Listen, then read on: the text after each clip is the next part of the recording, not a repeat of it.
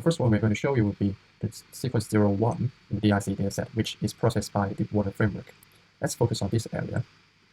As time goes on, we can see that this cell changes from the green contour to the blue contour. The green contour means that the cell is a normal cell, and the blue contour means the cell is under mitosis and it is dividing. From here, we can see that the dividing cell count is 1, which corresponds to this cell here. In the next frame, we can see that the cell has gone through the mitosis and 2 child cells are generated. Now let's change another framework to process the same sequence. In this time, because JNAP is a comparatively simpler framework, and you can see that some cells which are not in mitosis are incorrectly detected as dividing.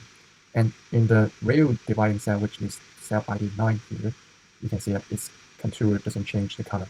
Now let's come to the PHC dataset. In this dataset, cells are in smaller size, but Deepwater can detect it well. From here, you can see that this cell is dividing, and in the next frame, you can see this cell has split into 2 cells. So its detection is good, its segmentation is ideal, and this is the foundation of our tracking, and this makes our tracking has a good effect. Now let's come to the last dataset, which is the fluorescent dataset. In this dataset, we just simply utilize the thresholding algorithm. Let's go on.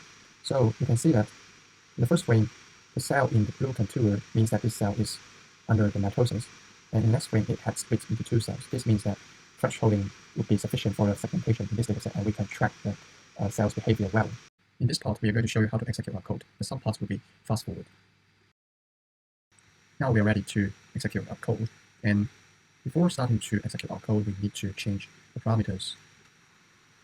So based on the parameter setting here, you can see that the dataset root is the general dataset. Where is the general dataset? And dataset name, we put it here, and the images index here correspond to the sequence under the certain dataset.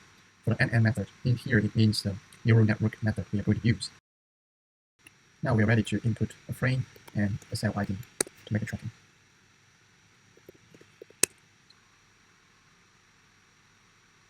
So we can see that the cell number 1 here, its trajectory, the red line here means the trajectory of the certain cell. Its trajectory length is like this, and in the next frame,